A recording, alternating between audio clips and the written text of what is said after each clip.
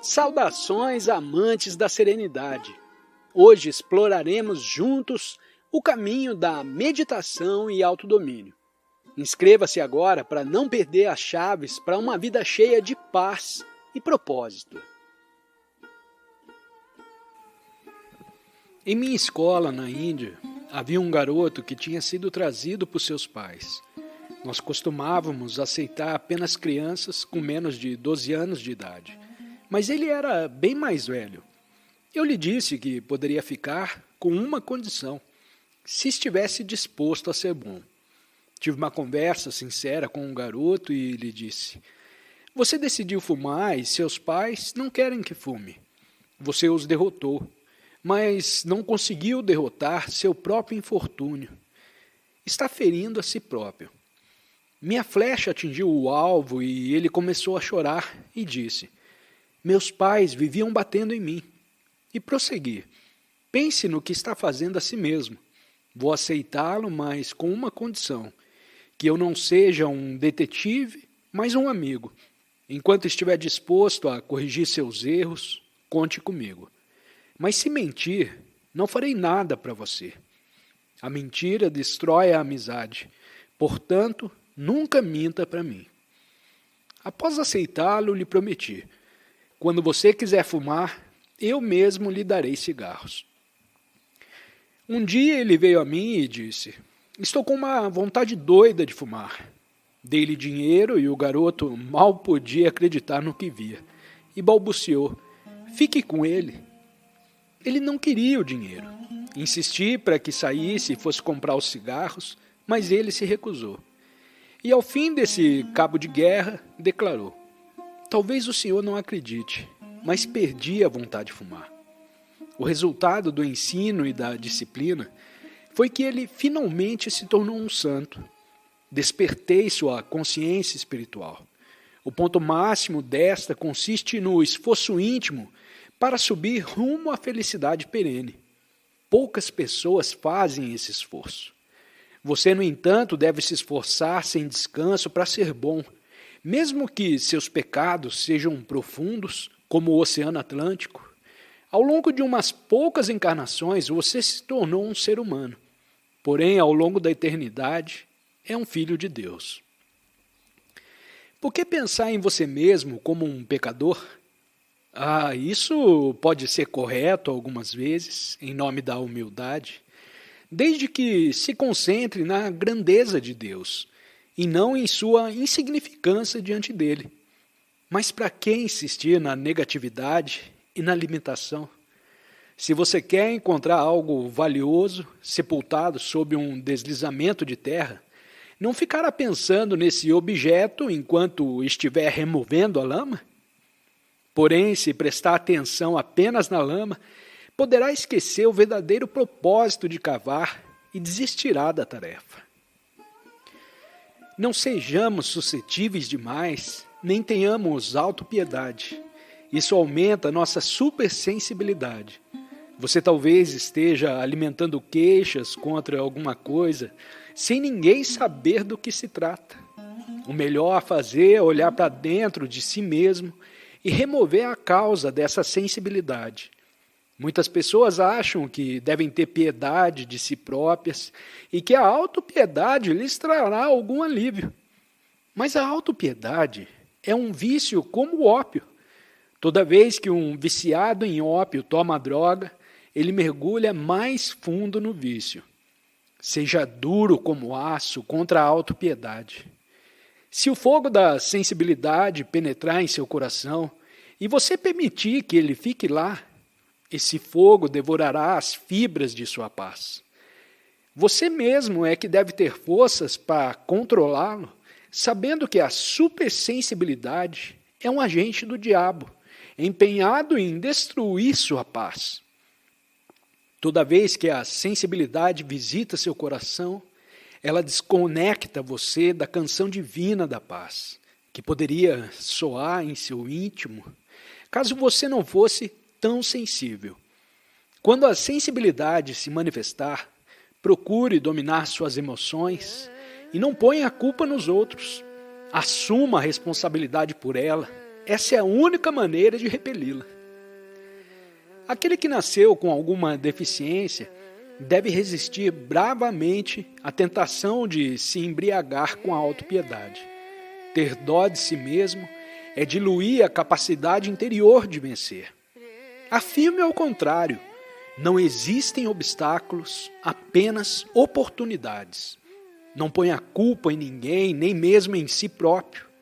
Queixas e acusações não apagam o que foi feito. Apenas confirmam sua dependência de circunstâncias sobre as quais verdadeiramente você não exerce mais controle. Busque Deus no silêncio interior, reconcilie-se com aquilo que é e com aquilo que precisa ser feito para isso. Você pode remodelar todos os karmas, desde que doravante viva para a consciência da alma. A tristeza não é combatida com a tristeza, mas com a alegria. Algumas tristezas nós podemos aceitar, mas não convém permitir que fiquem conosco por muito tempo. Do contrário, elas nos roubarão a posse mais rica de nossa alma, que é a bem-aventurança perene. Um complexo de inferioridade é tão ruim quanto um de superioridade. Você é, em essência, filho de Deus, de modo que não faz sentido se achar inferior ou superior. Tanto o complexo de inferioridade quanto o de superioridade retardam o progresso da alma. Você deve sentir que Deus está em seu íntimo, orientando-o, e que Ele é seu maior amor, seu maior líder. Você é o servo de todos e, portanto, não pode achar que é superior a ninguém. Uma vez que Deus está em seu íntimo, você não pode se julgar inferior. O complexo de inferioridade nasce do contato com pessoas de mente fraca e da fragilidade de uma mente subconsciente inata. O complexo de superioridade surge de um ego arrogante e da consciência de um orgulho falso. Ambos existem na imaginação e ignoram a realidade.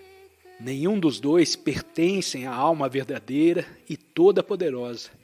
Desenvolva a autoconfiança vencendo a fraqueza e encontre sua autoconfiança em realizações concretas, cada vez mais ousadas, e ficará livre de todos os complexos de inferioridade e superioridade. O medo é um veneno mental quando não usado como antídoto. Um estímulo para induzir a pessoa a acalmar-se e ter cautela. O medo atrai objetos de medo, assim como um ímã atrai partículas de ferro. O medo intensifica e multiplica por 100 nossa dor física e agonias mentais. O medo é prejudicial ao coração, ao sistema nervoso, ao cérebro. Ele destrói a iniciativa mental, a coragem, o julgamento, o senso comum, a força de vontade. O medo sufoca a confiança e o poder da alma que tudo vence. Quando alguma coisa ameaçar prejudicar você, não estrangule seus poderes mentais criativos com o medo. Use-o como um incentivo para encontrar soluções práticas contra o perigo. Diante de uma ameaça, não fique parado.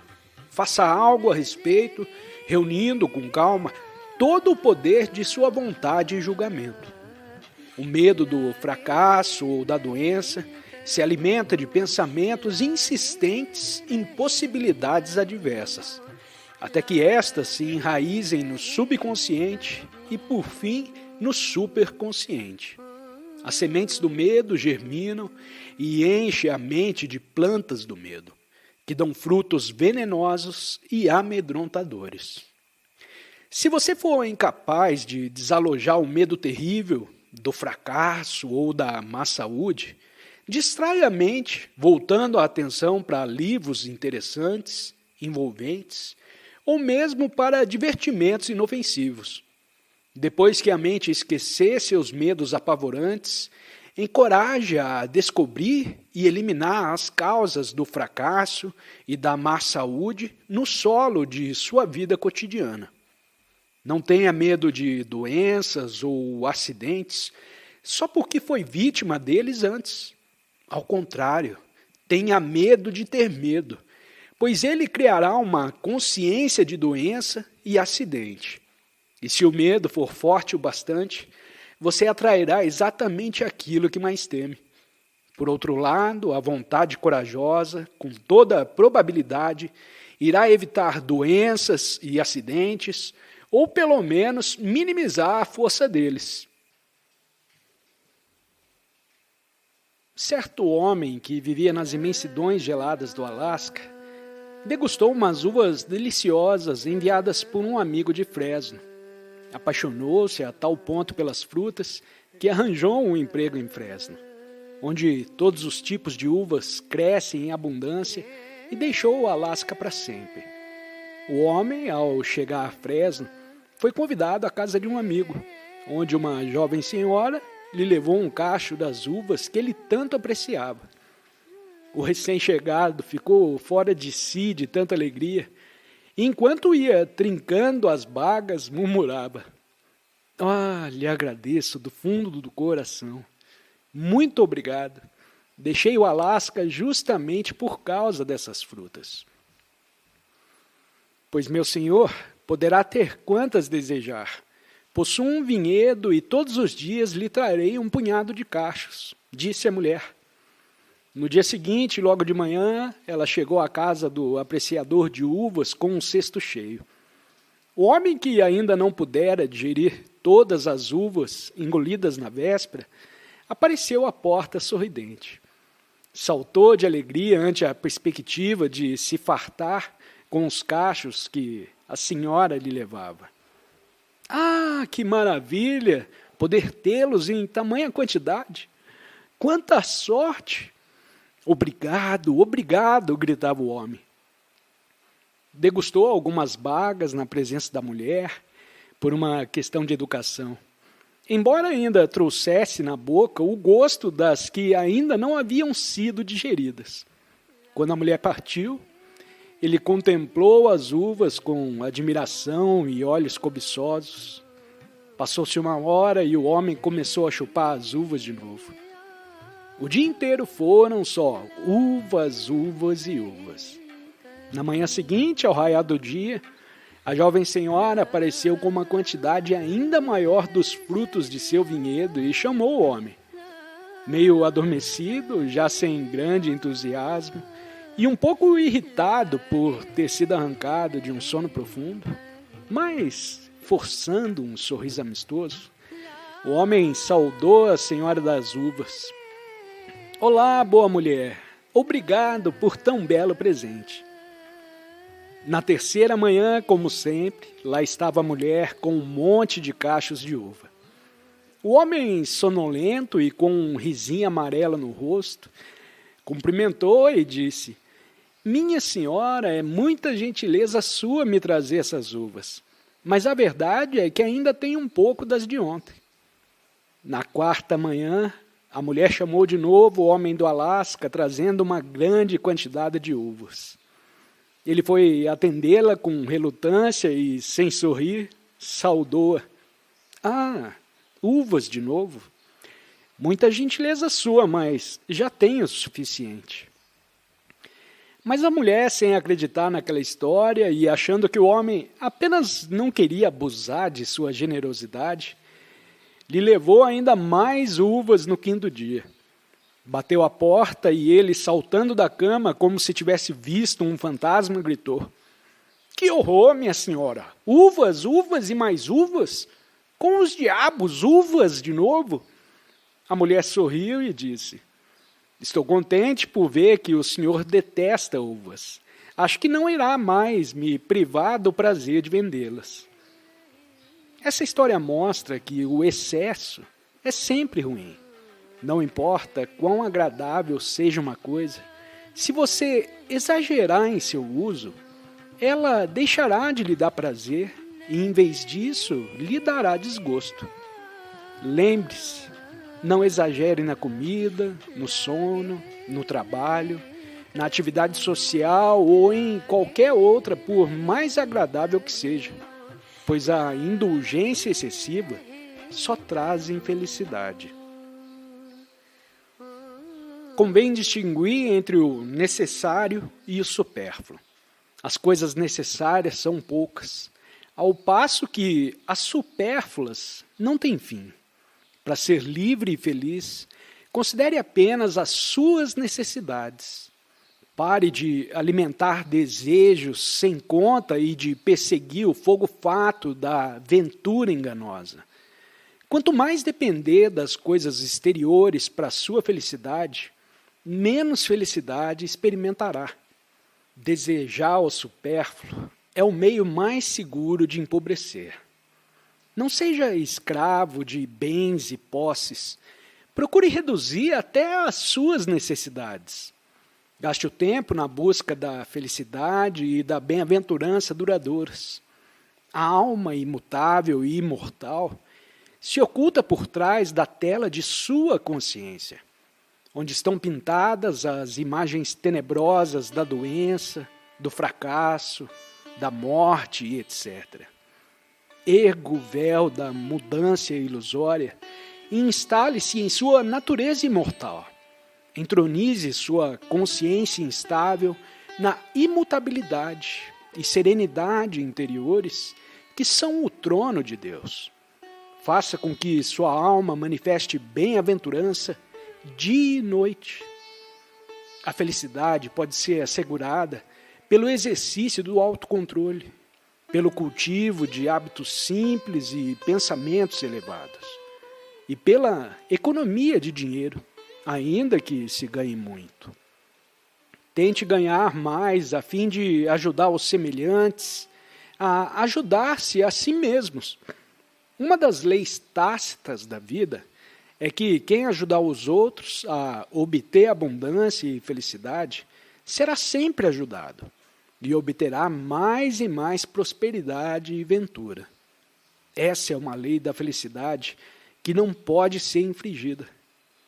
Não é melhor viver de uma maneira simples e frugal para enriquecer de verdade?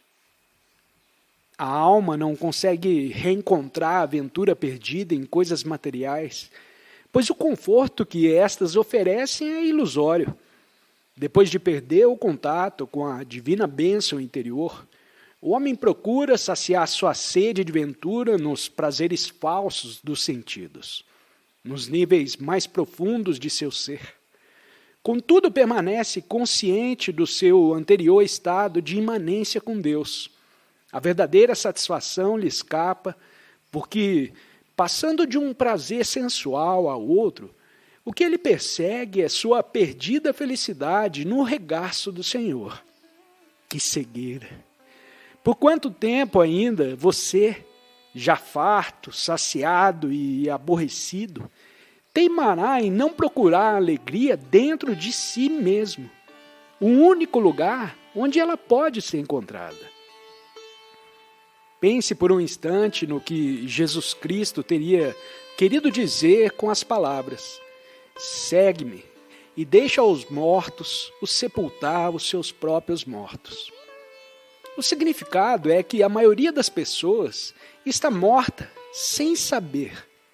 Elas não têm ambição, iniciativa, entusiasmo espiritual, alegria na vida. Para que viver dessa maneira? A vida deveria ser uma inspiração constante. Viver mecanicamente é estar morto por dentro, como o corpo ainda respirando.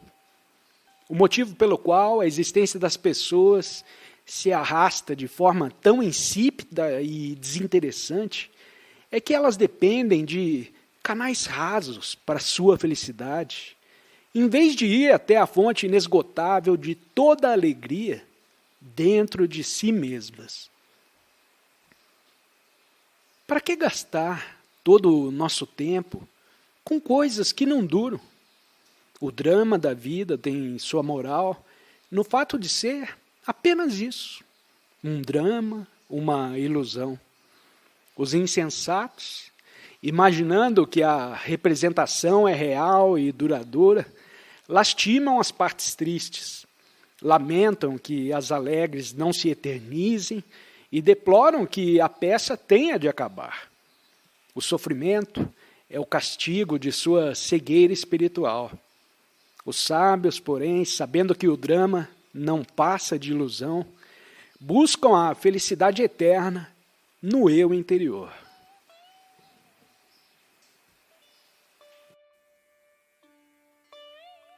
Esperamos que tenha encontrado paz nesse momento. Compartilhe suas reflexões conosco nos comentários e, se sentir que pode ajudar alguém, compartilhe esse vídeo. Não perca a oportunidade de explorar mais sobre o tema no próximo vídeo que está sendo sugerido na tela para você. Até logo!